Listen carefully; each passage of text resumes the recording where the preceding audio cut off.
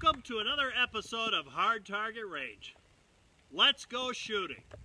Howdy birds, here we are down on the beautiful Hard Target Range with those beautiful AR-500 steel hard targets from Hard Target. Today we're going to take a look at my Glock 19 that I've done those mods to. We got the Henning battle hook rear sight with the Metropolitan tritium night sight on the front, that P-Mag magwell, and the extended magazine release.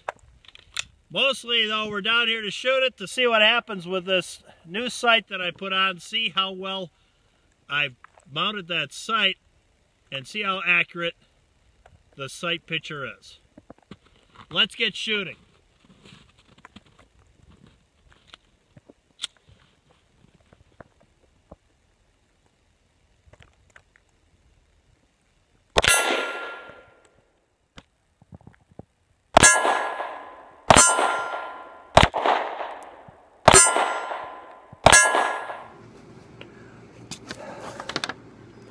Okay guys, here we are back in the shop. I'm just going to have a little cocoa here.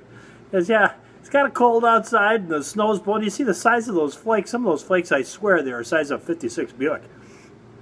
So, I'm just going to have a little cocoa here to warm me up, and then we'll talk about my pathetic performance. I'm going to call it pathetic performance because I wasn't happy with what happened. And I also want to tell you something else too, which I find really funny, but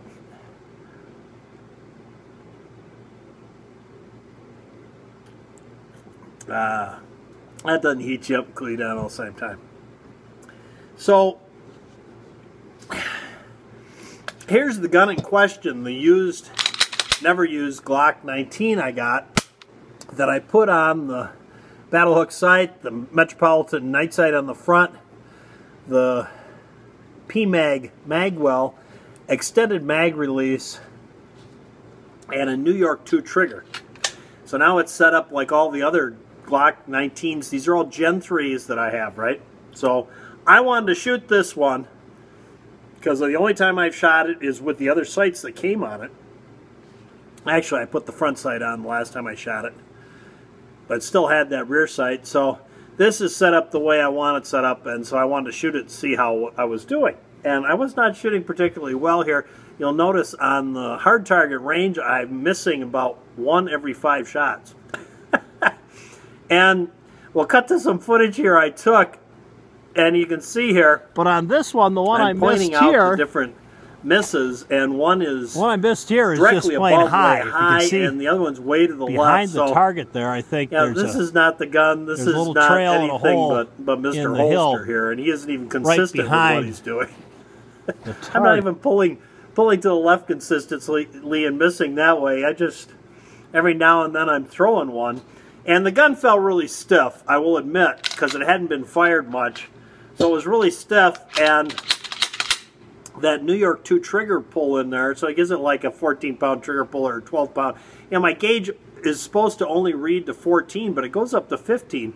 But yet when I pull these things, it says over. So I don't know what that means. I don't know where I'm at with these things. It's supposed to be twice the weight. These pulled at almost 7 pounds when I bought them. I didn't measure this one, which we're going to come back to that in a second here. So I don't know. They're probably 14 to 16 pound trigger pull, somewhere in there. I'm not really sure because it goes above my Lyman gauge. Yeah. So, and I noticed the trigger started feeling, I could feel, it felt a little better as I was going along and working it, because it had never been shot, even though it was used. We'll come back to that. So that's what that footage was. You could see it was way off. At any rate, so I decided I really should have done this to start with, gone over to the soft range, the soft target range, and tried it out there. And that footage you'll see here as we close the show is over at the soft target range. And this was the first string at 10 yards. And yeah, I know, it really is not anything to write home about. And then I backed up to 30 yards, and you can see I wasn't really happy with that either because I crumpled up the target afterwards. You know, it's not bad. It's a defensive gun. It's not bad, but Mr. Holster can do better than that. I can get more of a grouping than that. But at any rate, so to make a long story short, yeah, I was shooting lousy. It's a new gun. It needs to be broke in, right? So come back here to the shop and sit down to do this, and I look at the firearm in question, and I realize it's not the firearm I wanted to take. It's yet another one. It had not been shot yet, in my defense. It was a new gun, hadn't been shot yet, but it wasn't the one I bought used. It was one I bought brand new and just hadn't shot it yet. This is the problem when you set them all up the same. Yeah, I grabbed the wrong gun. So that means down the road you're going to get another one of these, because I still got to take this out and shoot it. Yeah, and see how the sights are on it. Well, there you go. But the sights are all right on that other one because, and I had to shoot that eventually anyways. I just wasn't going to make a video on it. But the sights are all right. I'm in there. I just wasn't happy with my performance. So there you go, guys. There's our hard target range at the time in the shop.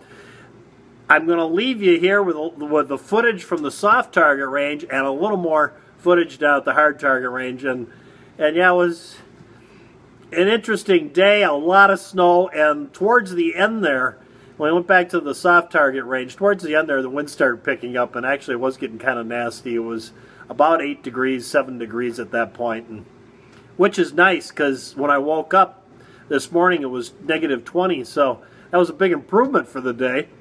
But yeah, a warm front moved in with that snow, and I thought I'd be doing better than that when I went out there, because it was really nice when I went out compared to yesterday. And yet, I shot lousy. So I'll leave you with that footage. Thanks for watching today.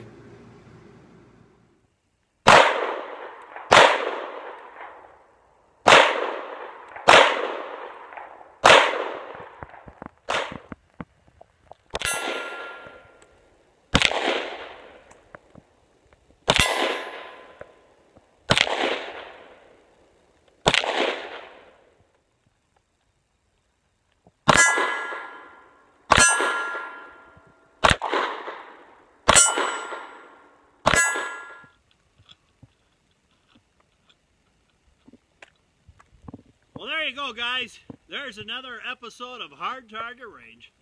Before I leave you, let's all give a little prayer that Jack is lucky at the craps tables, because you know that's where he is right now.